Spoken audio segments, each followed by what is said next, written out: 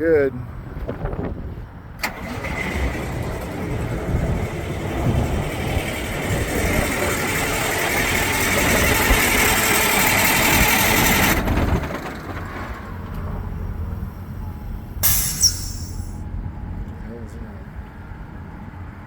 Well, that's not good.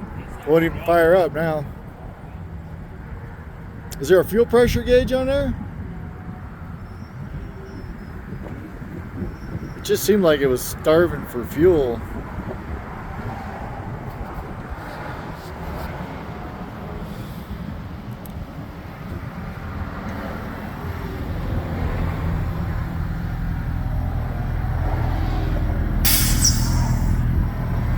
What the hell is that?